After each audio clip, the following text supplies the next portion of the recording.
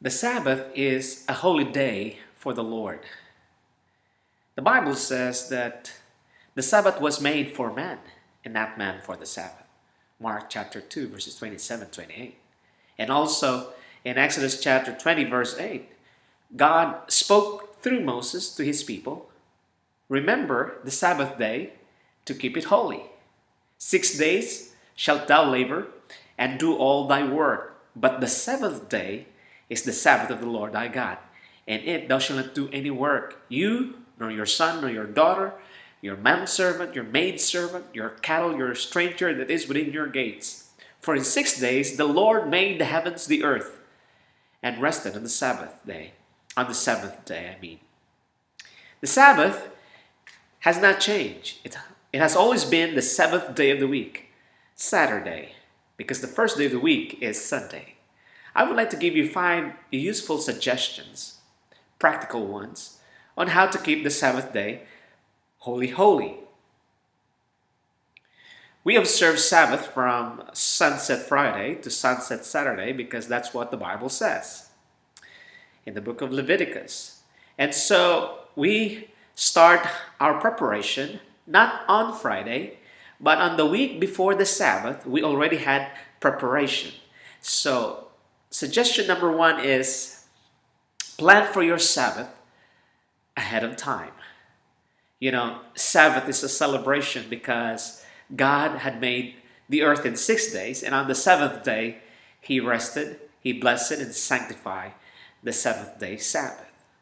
And then the second suggestion that I would like to share with you today is that Friday evening, gather your family members, loved ones, friends, or church members to have a sundown worship. Make it a joyful sundown worship. Eat a good meal together and have that evening, Friday evening, special after the sundown worship. Share some stories, share some texts, read the Sabbath school lesson, or read from the Spirit of Prophecy, or study together the Bible. But whatever you do on Friday, make it very happy because it's a celebration. The third suggestion that I would like to give to you is that when you go to church, have the attitude of serving others or involving yourself in the ministry. You know, when you begin to go or worship with your fellow believers, it is good to have that be attitude found in the book of Matthew chapter 5. Meaning to say you're willing to serve. You have that humble heart. You have that pure heart. You have that merciful heart. And you have that peaceful heart so that you can worship God and serve your fellow man. Number 4 is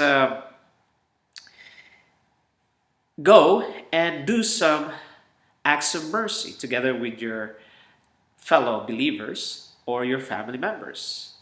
You know, Sabbath is a good time to witness. Sabbath is a good time to sing some songs to the hospitals or to the convalescent or to a place where people need to be encouraged.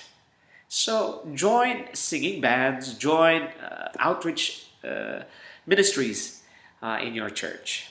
And number 5, the last, spend the Sabbath prayerfully and make the Sabbath a delight. You know, that's the word for us in the book of Isaiah, that we need to make the Sabbath day a delight, holy, because in that day, God is among us. We're worshiping the God who created us, Jesus Christ. He became a man so that we will know how to observe the Sabbath day holy. And so those are the 5 practical suggestions that I can think of for now. And the biblical principle of keeping the Sabbath is always we do it because we are able to think and to do like what God has instructed us. And then thirdly, we need to care for the environment and for others. And so based on these principles, we can make the Sabbath day a delight. That's why we can all say, As Seventh-day Adventist Christians, peculiar people of God, God's special redeemed people who had the truth about the Sabbath, who would like to share the truth about the Sabbath, who was given the truth about the Sabbath, we can show the world that indeed that day is a day of gladness, a day of delight. It's a happy Sabbath. Happy Sabbath, everybody. May God bless you and keep you today.